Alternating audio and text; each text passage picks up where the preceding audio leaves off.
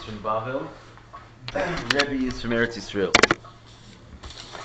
In other words, when we refer to different rabbis, sometimes we call them Rebbe, which is spelled with a yud at the end. Sometimes we call them Rav, which is without a yud at the end. And the difference between them is when we're referring to someone called Rav, we're referring to someone who's living outside of Israel. Someone who's called Rebbe, like as a title, Rebbe Yehuda, whatever it might be. It's referring to someone who's inside of Israel. So what's the idea behind it? When you say Rebbe, do you mean rabbi or actually Rebbe? No, like if you like in the Gemara. Oh, okay. In other words, like Rabbi Yochanan, like all the people who are called with the title Rebbe before their name. Sometimes you have Rav Yehuda, right? Rav Yossi, so you have people called Rav and you have people called Rebbe. And it's like a code language. The people who are called Rebbe are because they were living in Eretz Yisrael. So what is it? So in the Zohar, it explains the difference that basically here. Actually, I don't know. I think this is like the. I guess this all comes from the beer of the Zohar. But he said this is like the verse that when Hashem goes outside of Eretz Yisrael. Here. What line is this? No, here we go. No. Yeah. Oh, Zohar. Okay. 1, 2, 3, 4 lines down. Maybe. Zohar. Yeah. Oh, is this from last? Yeah. More or less. So he says, okay, 4 lines down towards the end. So this is from the Kisvei Arizal, the writings of the Holy Ari, buried here in Tzfat, our patron saint. So he says, that's what Schwartz he calls it. I like that. Anyway, so he says over there that when Hashem leaves Israel and goes to Chutz La'aretz, he goes out to Bavel, which is Babylonia, outside of Israel. This is akin to what it says, Hini Hashem rochev al av kal uba Mitzrayim. It says Hashem rides on a light cloud, thanks David, no problem, and comes to Egypt. So we said that the idea of him going out of Israel is associated with this concept of a light cloud. He's riding on a light cloud. What is a light cloud? Not a cloud of light, but like a not heavy cloud. Which means that as soon as he leaves Sheyitzia L'Mitzrayim Gevul Chutz La'aretz, going out of Egypt and to the boundaries of outside of Israel, it's lo b'chinas shemos atzmam. It's not with the actual names themselves of Hashem. When he goes out there, he doesn't use his real name, the way it's spelled. El b'chinas hamiloim shelehem, but rather the miloi. And we said the miloi is what? When you have, like, for example, in the English alphabet, you have ABC, right? And if you want to spell ABC, it's spelled ABC. There's no word that goes along with it. Whereas in Hebrew, it doesn't work like that. The word Aleph, it doesn't just have one letter. It has Aleph, Lamed, Fe. There's 3 different consonants in the single word, and every letter has like that. So the extra letters, it's the only language I'm aware of that's like this. All the extra letters of a letter is called it's miloi. It's filling in. So he says when Hashem goes out of Israel, he doesn't go out with the names as they are, the letters sort of as they are. He goes out with them, with their miloi. Hainu, and that's what it means, that he's riding on and investing himself into this avkal. So how does this light cloud represent this concept of the miloi? So it's continuing with the very hard to understand words of the Arizal. He says this is the acharayim, the shem havaya pashut, and malei alafin. Right? So this is basically, what does avkal represent? Suddenly they're gematrias. They're numerical equivalents. Av is 72, Kal is 130. So basically, Hashem doesn't go out with his name as it is. What would the gematria of Hashem's name as it is be? 26, right? Yud, K, Vav, K, the 4-letter name of Hashem, the ineffable name of Hashem is 4 letters, Yud, K, Vav, K, and it equals 26. He doesn't go out with the 26, but rather he goes out with this strange version of what's called a 72, 130. And how do you get to these gematrias? How do you get to these numbers? So they're called the acharayim of the name Hashem. What does the acharayim of the name mean? So we learned it last time. Does anyone remember? What's called the acharayim? What it means the back, but what do you mean when we say the ach?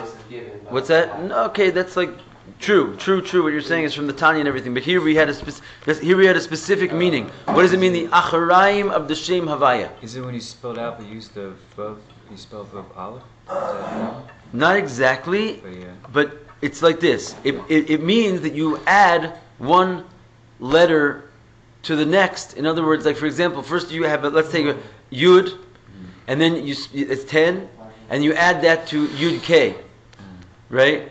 And then you get yud k is 15, you get 25, right? Then you add 25 to yud k vav, right? And then you add that combination to yud k vav k. It's like a certain way of dealing with Hashem's name. And according to the Arizal, it's called the acharayim. It's not like the straight name. It's sort of like this funny way of putting it together. Jewish account. And what does that add up to? It adds up to 72. That's the 72. Right? So that's what it means with Av, Kal. The Av, the 72 letter, is this like strange way of spelling Hashem's name. It's not the direct way, Yud K Vav K, where you just add the letters together. It's this like funny way of sort of hiding the Yud K Vav K inside of this bigger gematria. But what is it? What is the name? What does it mean? No, what is the name itself? It's the same name? Just pronounced the same? Well, yeah, it's just, you're just adding up the letters differently. No, I suppose that if you actually put all those letters out, it's a whole funky thing to pronounce. Don't try it at home. You spell out each letter. Meaning No, we didn't get to that spelling out of each letter per se. We're saying like this, just like this. Yud plus Yud K plus Yud K Vav plus Yud K Vav K. We're not spelling out any of the letters yet. So this is not actually called the Miloi. We're not dealing with the Miloi at this moment. The filling in. That's called the acharayim of the Shem Havaya Pashut. Pashut means not filled in, not adding in the inner letters. But then you have and Male Alafin, right? By the way, we're gonna see, if you look, I was gonna draw it on the board, but it's already in the mimer. If you look down footnote number 99 and 100, this will help us. Before we get to it, though, first of all, look at the footnote 99. Right. No, I take it back. It is filled in. I apologize. No, it's already filled in. So the other name is 72. Wait, does that make sense? Does that come up to 72? Yeah, I guess it does. So what's the set? No. No, that's not it. No, sorry. 99 is not necessarily what we're looking at. Adds up to 72. It also adds up to 72, but it's not what we're working with right there. No, that's different. That's called, okay, that's just the regular name of, all right, there's a lot going on here, people. Relax. Sorry. No, what I wanted to point out was, okay, so it's not written there.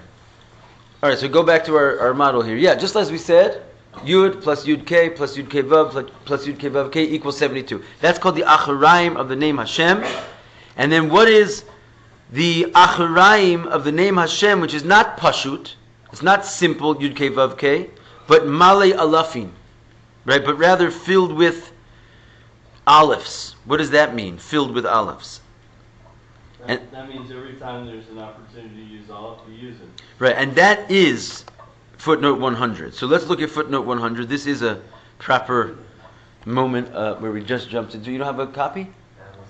Come on, get a copy. Yeah.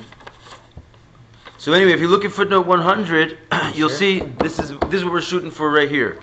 Look at what you see there. You see Yud, and then the comma, and then you see Yud K. Then you say Yud K Vav K. You see that? Yeah. But the big difference is it's not just Yud. It's not just 4 letters. Each time you have a Yud, you're spelling it out, which is basically Yud Vav Dalid, and then Yud Vav Dalid plus Hey Aleph. Why is it an Aleph? There's 3 ways to spell Hey, because we're choosing the Aleph in this particular model. Every time you have a chance to use an Aleph, use an Aleph. So you see, this is also called the acharayim, because you're adding each letter to each other in this way where it's a collective from the ones before. But this time it's the full spelling with the Alephs. You following this, Dale? Yeah? Everybody? All the letters are spelled out this way. You see it? Look at footnote 100. It's exactly what we're looking for. All the ones you can use in olive. Right? The Yud, Hey, is not just 2 letters anymore. It's actually 5 letters. Because Yud is spelled Yud Vav Dalet. Hey is spelled Hey Aleph. Right? So instead of just adding Yud to, Yud K, you're adding all their fill-in gematrias as well. So anyway, if you'll do that little math, it comes out to 130. So what are we seeing? That when Hashem flies to Egypt, he's riding on this Av Kal, which means it's called the Acharayim. It's two levels of Acharayim. One is the Acharayim of the name Pashut, without the filling, and one is the Acharayim of the filling name with the Aleph, with the Miloi Alafin, but you use the same pattern of Acharayim, Yud plus Yud K plus Yud K Vav plus Yud K Vav K.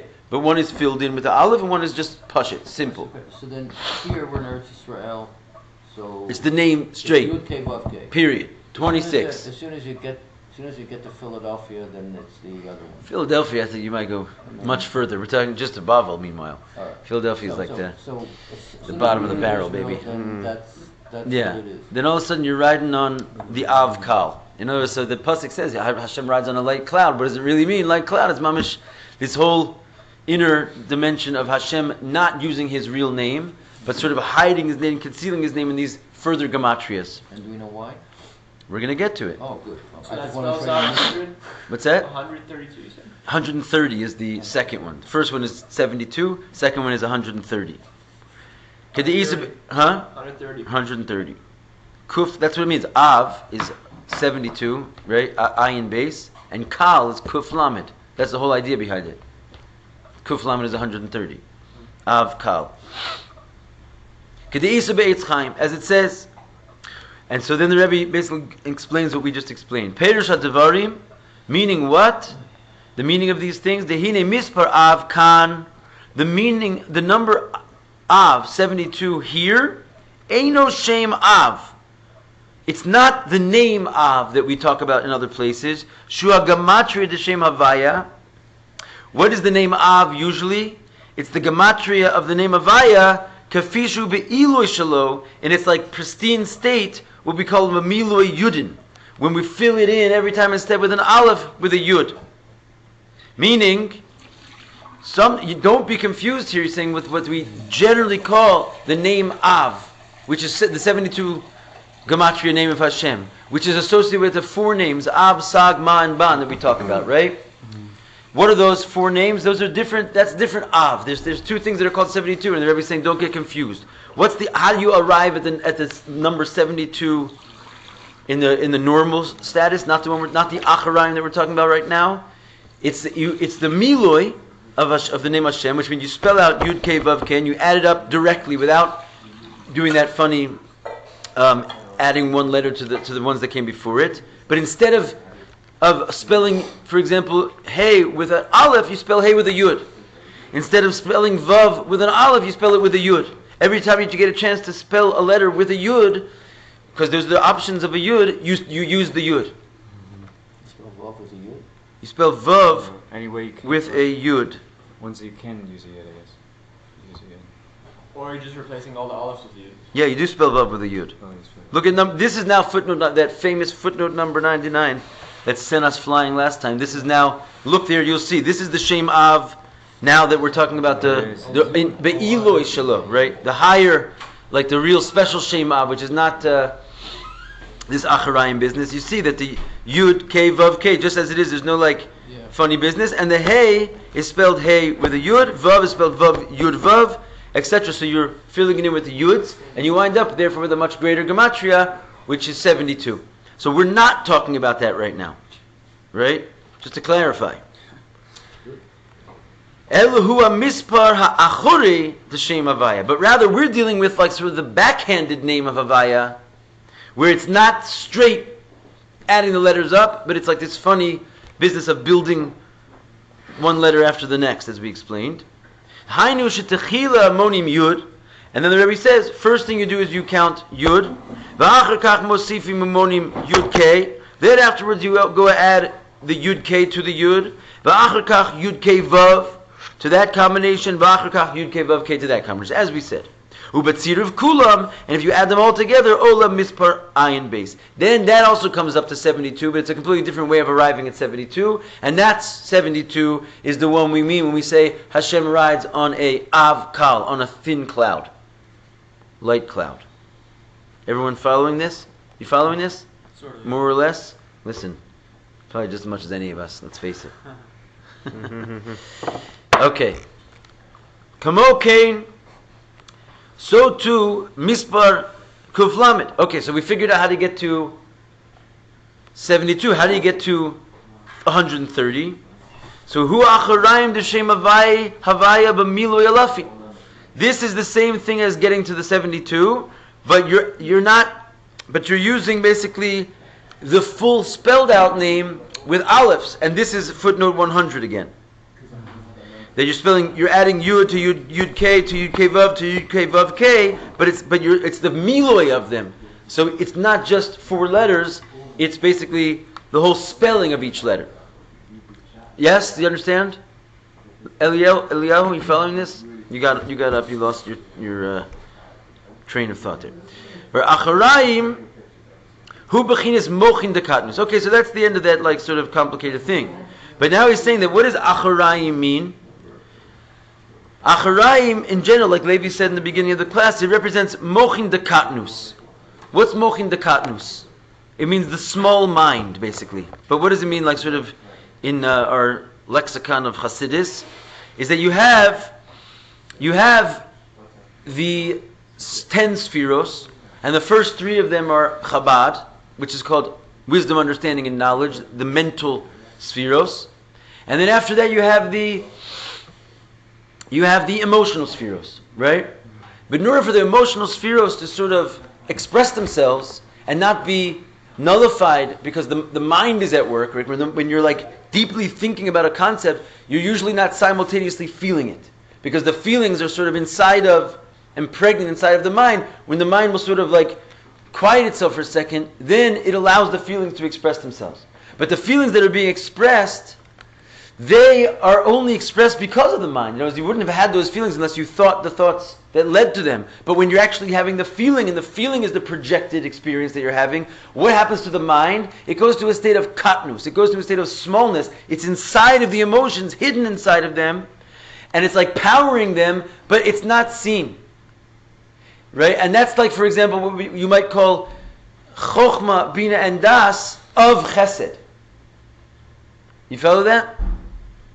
The wisdom, understanding, and knowledge, that's really inside of the sphere of chesed. It's not the mochin as they are on their own, where they're the sort of emphasized power, but they're sort of humbly powering and energizing the emotions which become the emphasized power. In that state, the intellect goes into a state of what's called smallness and katnus. Further, you could take it that if you then start to do an action, let's say, the action is a result of your emotions. So when you see a person doing an action, he's not at that moment necessarily feeling the emotion, because the emotion has crawled inside of a little action. So the action is being powered by the emotion, but that emotion is still being powered by that intellect which was originally powering the emotion. So now the mind has gone even smaller. It's gone to 2 stages of contraction. It's still there. You wouldn't be doing that action unless that intellect was powering it. But the intellect is already hiding inside of an emotion, and the emotion itself is already hiding inside of the action. So basically, you still have this level of intellect, but it's not anymore, and it's not the star of the show. It's sort of this underlying powerful force which has gone into a state of smallness. That's called katnus, when you make something diminished in that way. And that's what we're saying by the Shem Havaya. Also, the whole idea of acharayim, as Baruch, Rabbi Baruch, you asked about this notion. What does it mean, basically, with this acharayim? When Hashem crawls onto this cloud, what is the significance of spelling Hashem's name like that? So this is what the Rebbe is telling us. When you spell Hashem's name like that, what you're saying is you don't have the name as it is. The name is going into a state of katnus. The whole notion of acharayim, the backside of something, is not as it presents itself fully, but as it sort of crawls inside of and sort of is this humble power which you don't see anymore, doesn't express itself anymore. Something else which it's enlivening becomes the star of the show. And that's what these names of acharayim represent. That Hashem's name is no longer apparent. It's hiding inside of whatever it's enlivening. The 72 as well as the 130. Right. Each those we're going to explain the difference between them, but in this regard they're the same. It's only because God's in Chutz La'aretz. Right. So he doesn't have to hide if he's here. When he's here, that's what makes Eretz Yisrael the Holy Land. He's not hiding. So right. Therefore he has to. So when he goes out there, what makes it not the Holy Land is that he is hiding. It's right. Bavel, it's Bilbul, it's babbling. it's a state of not clear talk. The world needs it more outside of Israel. You think it'd be the, No, because this is what makes it be chutz la'aretz, right? In other words, you could say the world needs it more. If they had it more, then we would be chutz la'aretz. Wherever the name shines in its fullness, that's what becomes the Holy Land. So this land is the Holy Land because the name of Hashem shines regular here, as opposed to contracting itself into a state of katnus. Yes, for sure. From that point on, they need it more. But in other words, that's the job of the Jew, basically, to try and go into these lands and Yetzias Mitzrayim, not only go out of Mitzrayim, but make Mitzrayim go out of its own boundaries. Mitzrayim, the word Mitzrayim is Egypt, it means boundaried. So is it our job in Chutz La'aretz to bring Yud-Kei Vav-Kei to the world? So we're called Yisrael. No, so I'm saying, so Hashem doesn't have to be the Aleph Bet or the Kuf Lamed. Yeah, I mean, we're called Is that Yisrael. the ultimate goal? It is. That God doesn't have to have all these other names. I mean, the idea is that... well, Hashem will be one and His name will be one. Right, So there you exactly. go. Yeah. That's what the Rabbi said, why everyone else is running to Eretz Yisrael and Zionism. The Rebbe's not opposed to it, God forbid. The Rebbe sent countless thousands of Jews here, but it wasn't his thing, His thing was go to Sweden and make a Chabad house.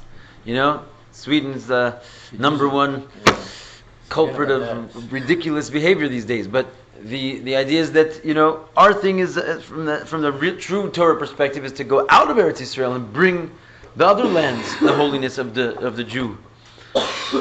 In the name of Hashem, because it's Eretz Yisrael. It's called by our name. So when the Yisrael goes there, we can make that Eretz Yisrael also, the land of Yisrael. This isn't referring to obviously the current boundaries of the state of Israel. It's referring. Well, it's not so simple because the boundaries of Israel that, so to speak, we've conquered has a certain chashivas to it. But no, in general, we're just talking about the full boundaries of Eretz Yisrael, from the. That was promised to Abraham. So if we're in Ashkelon, then there's no Yud-Kei Vav-Kei there.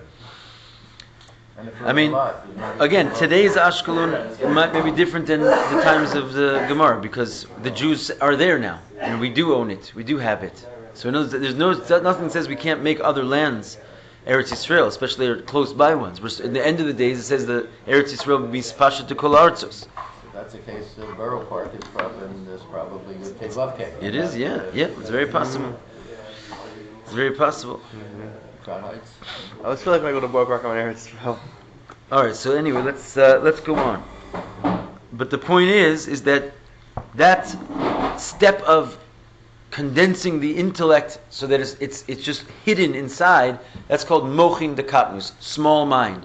And I sort of accidentally but happily stumbled into a perfect mashal here because we said there's two levels of small-mindedness. This mind can contract into the emotions, and then further, when the emotions themselves get contracted into the action, the mind was in there goes even to a smaller state. It's like a contraction of a contraction. So that's what's going to be like the idea of Av versus Kal. Right? Av is already one state of contraction. Kal, when it's going to go into its miloi, because remember, Av is not a miloi. Av is just an acharayim, because it's the straight Yud-Kei Vav-Kei, just spelled in a funny way. Whereas Kal is not only acharayim, it's also miloi. So we're going to see that miloi is an extra stage of contraction. Av is 72 and Kal is 130. Right. So Hashem rides on the Av Kal like this light cloud. It's kind of an awesome thing. When he goes into Mitzrayim, it says, outside of Israel. Anyway, so going on, this is called Mochin de Katnus. K'mavur ba'aros Avi Admor leZohar. The Rebbe says, which all is this is explained by my father in his notes on the Zohar. B'Lakutei Levi Yitzchak. This is the Rebbe's father. The Rebbe's father was a very, very heavy duty Kabbalist, and no, really, he was mamash makubal. And he wrote notes on the Zohar. So he says all this that the Rebbe just explained is actually his father's chidushim. It's amazing. V'gam inyan miloi, the miloi itself, the concept of spelling out the name with its inner letters, acharayim d'shem havaya b'miloi alafim, which is we're saying is not just Yud Kei Vav Kei in an Acharayim fashion, in a behind the back fashion, but even the Miloi of Yud Kei Vav Kei in a behind the back fashion. Moral Inyan Katnus Vatzim, that also refers, as we just mentioned, to a second stage of Katnus, of contraction, of smallness.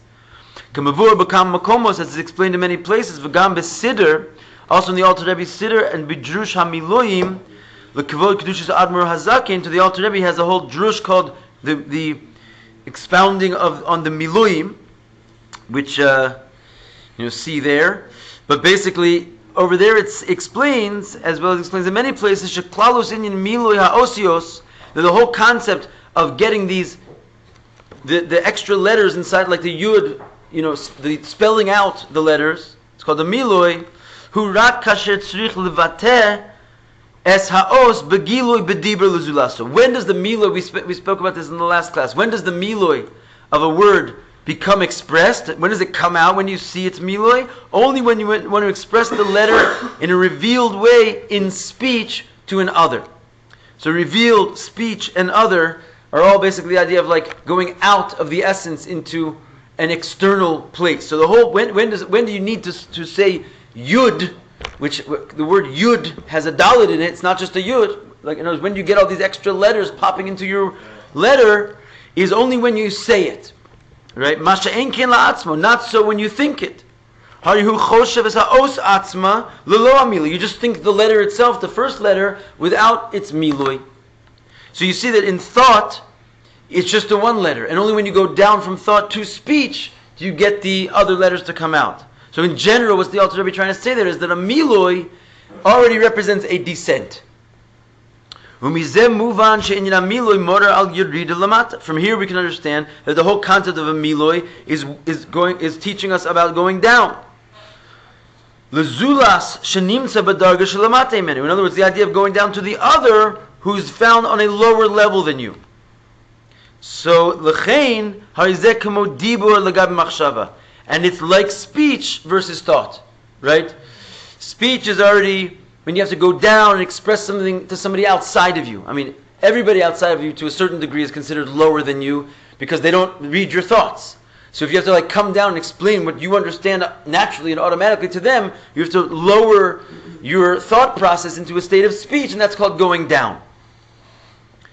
And he says, it's not merely the idea of going down from thought to speech, it could even be going down lower. What's lower than speech is action, right? So in other words, every descent from one level to another level, whether it's intellect to emotions, or emotions to thought, or thought to speech, or speech to action, that's also all called the miloi, when you want to bring something from a higher pregnant state to a revealed state.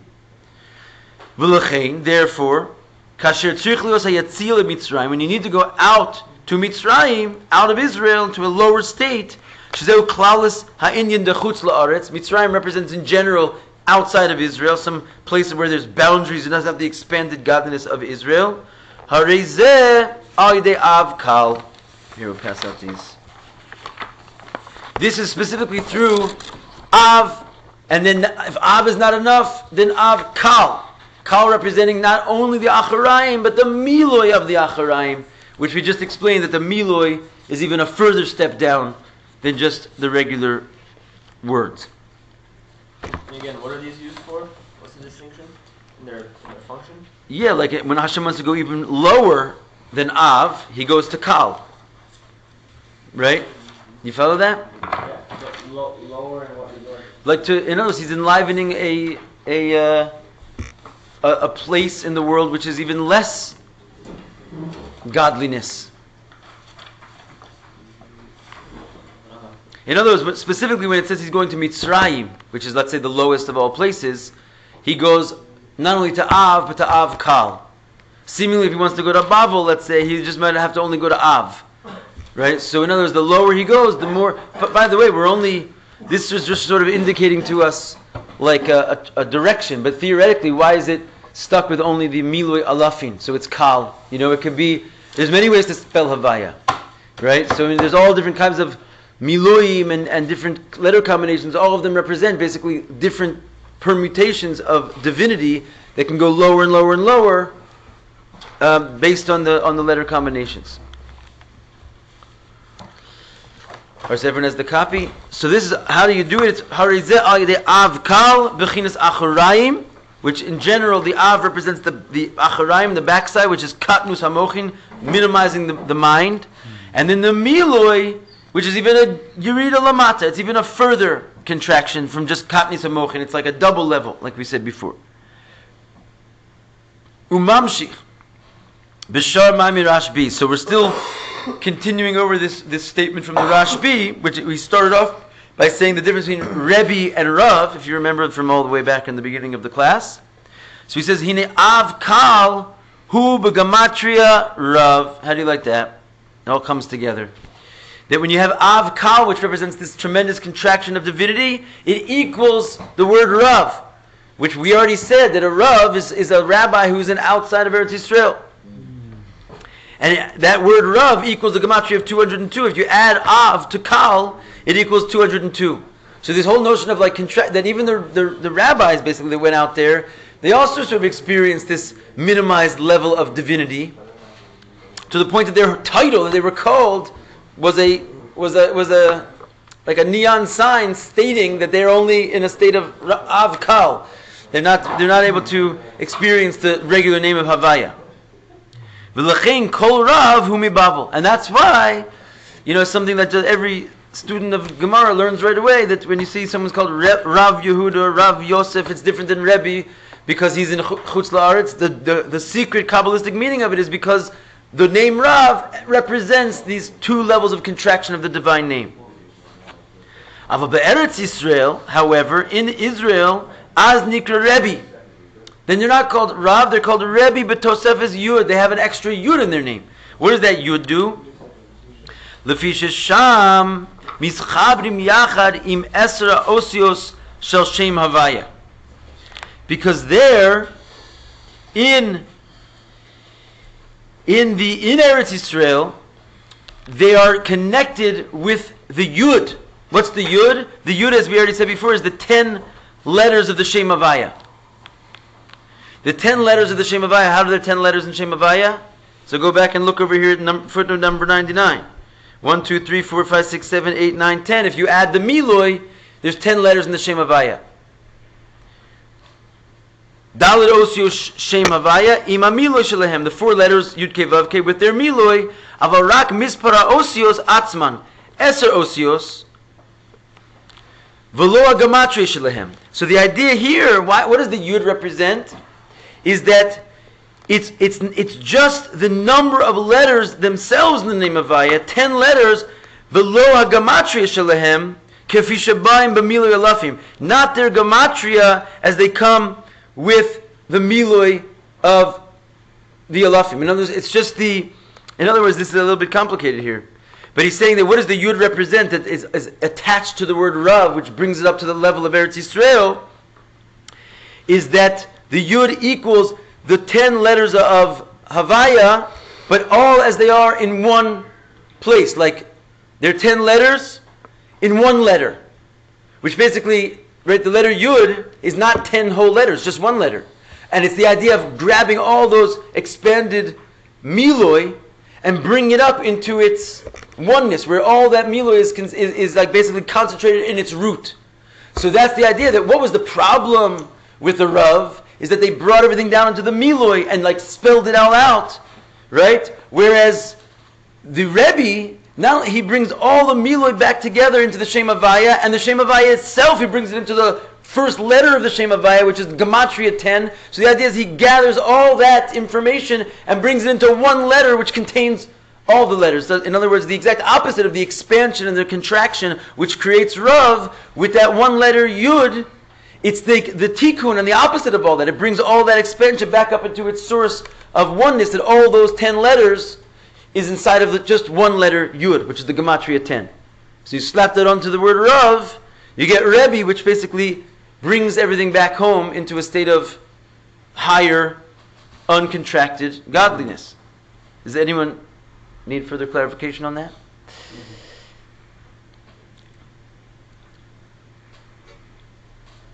What does the Miloi represent? Right, we said going down. So here you have when do you get a Miloi? When is Havaya spelled with a miloi when it has 10 letters. When it has 4 letters, it's not a miloi, it's just a straight word. When it has 10 letters, it's a miloi, right? So that miloi, you want it to be basically unmiloid, right? You want to take all that expansion and bring it back into a 1. So the yud represents that. It takes all the expansion of these 10 letters and puts it then back into just one letter. But the gematria of all of them together is 10. So it sort of realigns everything to its higher source. That's the idea.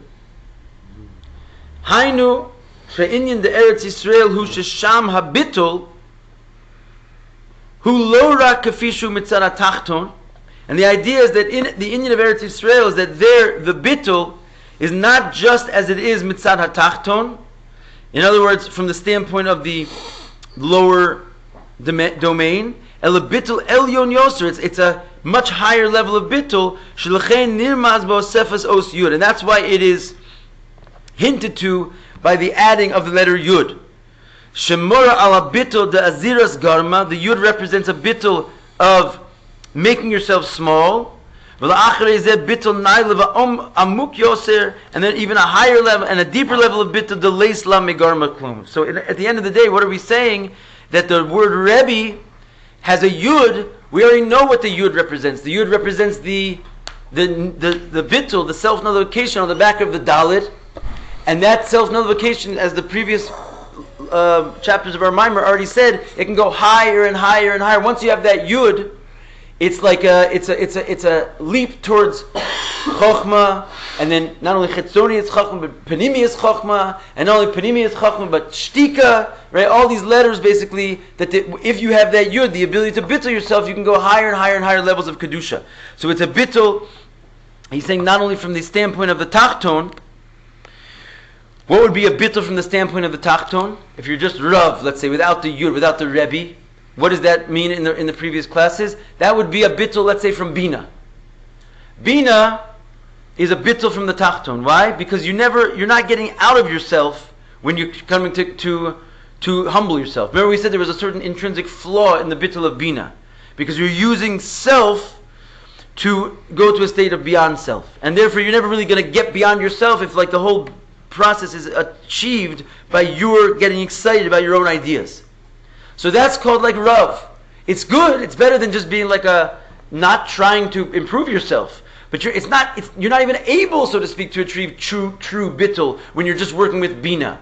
And the idea of Bina is that it does not yet access the Yud, because the Yud is Chokhmah. So we said the only real way to be bittul is if you access Chokhmah. Once you access Chokhmah, which is the real bittul, you have like an open line to getting higher and higher and higher levels of bittul, because you now have you're like an empty vessel. When you're Bina, your vessel is not empty, because there's a you in there. So it's good. In other words, you're still a Rav, but you're sort of trapped into a state of self. And that's what we're saying, that outside of Eretz Yisrael, as great as the rabbis got, so to speak, and we're not like really necessarily, trying to call out any of the rabbis, but at least in theory, there's an inability outside of Eretz Yisrael to arrive at a true state of selfness, because it's not Eretz HaKodesh. It doesn't have the Yud. And the Yud is like this train towards true bittul, absolute self-knowledge, that your vessel is empty, and once it's empty, it can be filled with higher and higher and higher levels of bittul, starting with the words, making yourself small, and ending with the words, Leis la megar maklum. She has nothing of her own. And when she's taken complete self-nullity, to the point where she can achieve shtika, silence, which means she can be filled in with the word of Hashem, not anymore her own word. Okay, it's a little bit gymnastics over here, but everyone's more or less following this stuff. Yep. This is the mimer. Basi Lagani. Tafshin Lamed Vav. What was the numerical value of the Miloid? There's different milois. We talked about 2. We talked about The one with Aleph and with Yud we talked about. with Yud. The one with Yud is 72.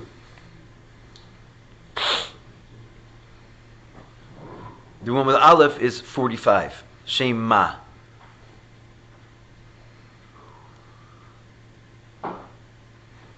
Does anyone have any questions on any of this? Seriously, if you don't understand, we could try to bring it down a little bit more. Yosef, you following some of this stuff? Yeah? All right. All right, so let's go on. Os Ches. We're going to try and finish this before Yud Shvat. We're right on track. V'zeu gam hamavur b'toras harav hamagid. This also what it explains in the Torah of the Magid of Mezrich, the Torah's harav hamagid, binyan Eretz Yisrael. He also talks about what's going on with Eretz Yisrael. Aleh ne'emar, upon which it says, Eretz asher eine Hashem Elokecha ba. The Rabbi quotes this verse often. He says, it's the land that the eyes of Hashem are on it, or in it, Mereishis Hashana v'Achri Shana, from the beginning of the year until the end of the year. It says the eyes of Hashem, Eine Lashon Rabim Daika, right? In this pasuk it says specifically the eyes, plural, of Hashem are on the land. Shemevi Shelas Hazor, and right there when the Rav Hamagid brings this verse down, he brings with it the question of the Zohar. Ksiv, where it says Ein Hashem al Yireyav, it says the eye, singular, of Hashem is on the ones who fear Him. Lashon Yachid, a singular eye. V'kasiv Ein Hashem al Tzadikim. In another place it says that also in Tehillim it says the eyes of Hashem, eyes plural, are on the righteous. Lashon Rabim. What's going on? Is the eye of Hashem on the ones who fear Him, or his eyes on the righteous? Does He have one or two eyes? Is He using them both? Mevaer, he explains, He has two eyes.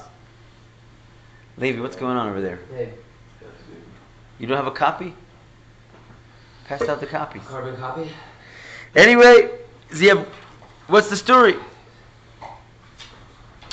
So he says, Mevar, he explains, Ki hine chachamim nikru eine ha'eda. Where we find in the Torah that the chachamim are called the eyes of the congregation. The wise, the sages are called the eyes of the congregation. Shezeh mora ala bittul. Why are they called the eyes of the congregation? It represents their ability to be humble. Anyway, chachamim, we know is from the word chokhmah. Chokhmah is a bittul. Right, so the idea that they're called the eyes of the congregation, this indicates their bittul, their humbleness. V'yesh b'zeh beis bechinos. When it comes to their humbleness, there's two levels. Chokhmah ilah v'chokhmah tata. The higher wisdom and the lower wisdom. The higher chacham, sage, or wisdom, and the lower one. V'kenegdam, and in correspondence with these two levels of wisdom, and therefore bittul, self-nullity, yesh beis bechinas ba'inyan ha-bittul va'yira.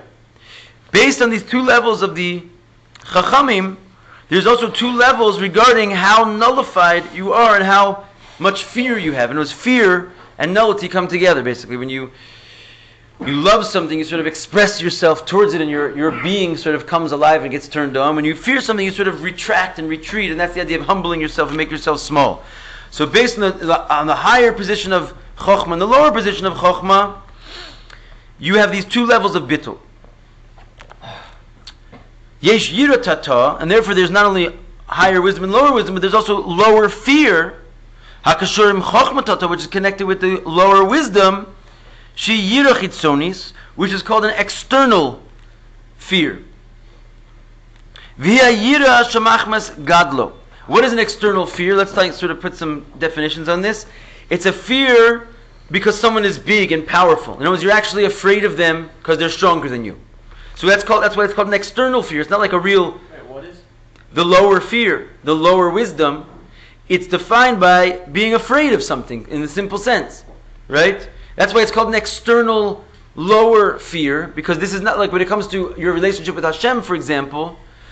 It's good to be afraid of Hashem because He has your life in His hands and the whole universe in His hands at every second. He can do what He wants with it, so there's a certainly reason to fear, but that's not particularly the type of relationship which is a very developed and advanced relationship with Hashem. It's basically like your first stage, like, there's a God.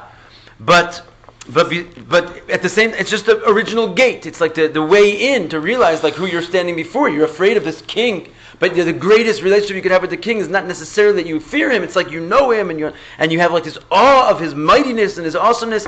more higher levels. So the first gate, the lower fear, and is this fear of his greatness. Are we talking about the fear corresponding to Avkal? Or is this unrelated to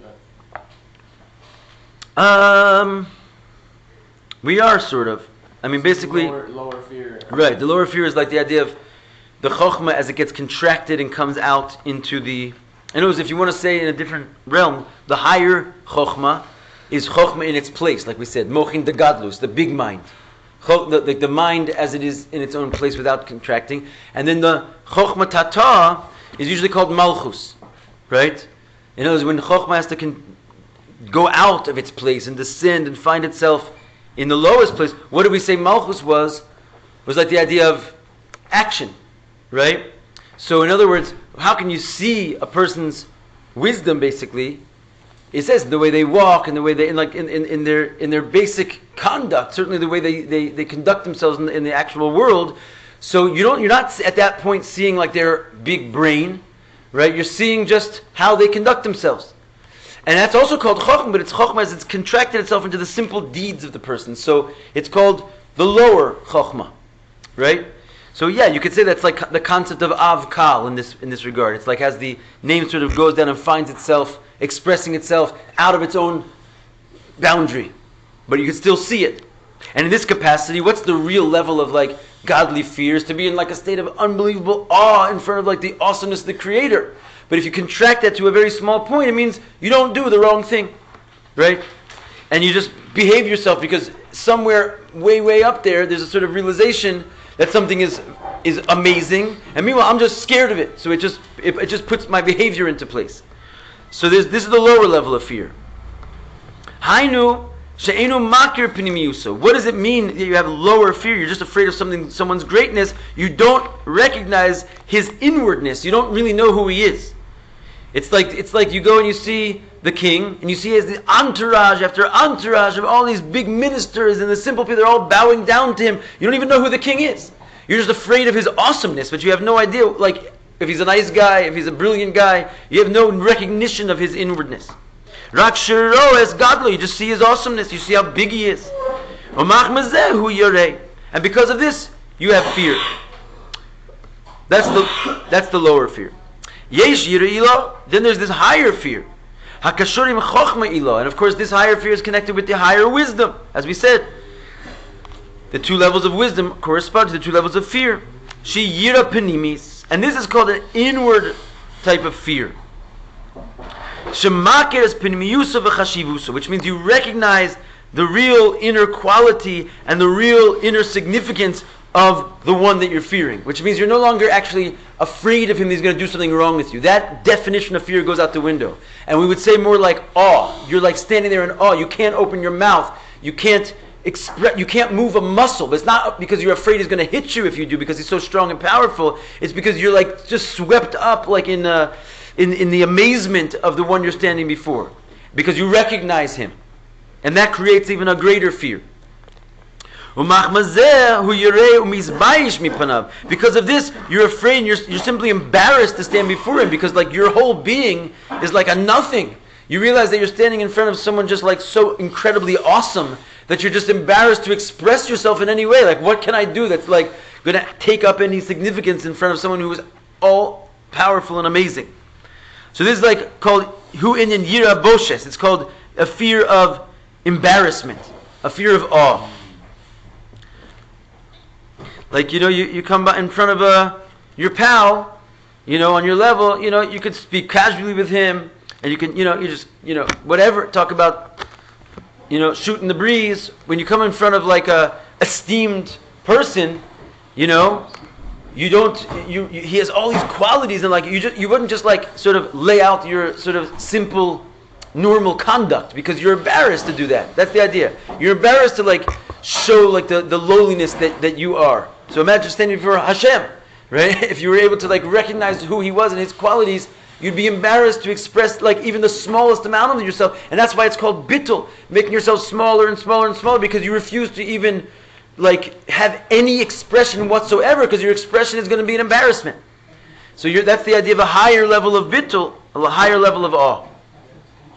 K'mavur gam betanya u'besidur ba'arara latikun chatzos u'bakama makomos, as it's explained at length in many places. What does this have to do with the verse you brought up regarding the sages being the eyes of the congregation? Oh, so we're saying that basically is there one eye or is there two eyes? So we're going to soon get into the concept that these eyes represent also these two levels. There's one eye or there's two eyes is either you're dealing with only one level of fear or two levels of fear. And the chachamim, obviously the word means chokhmah, so the chachamim are called the eyes, which means that there's two levels of chokhmah. There's the lower eye, the lower chokhmah, and the higher eye. And we're saying that in general chokhmah is connected with fear, because chokhmah is an inyan of bittul, and bittul is connected with fear. So it's like sort of just like all these things are just like sort of different ways of expressing the same thing. But that's where these two verses come in, which is probably a good place for us to hold for the day. We could probably finish the whole thing tomorrow, maybe. See how we go. Yaron, how was the nap? So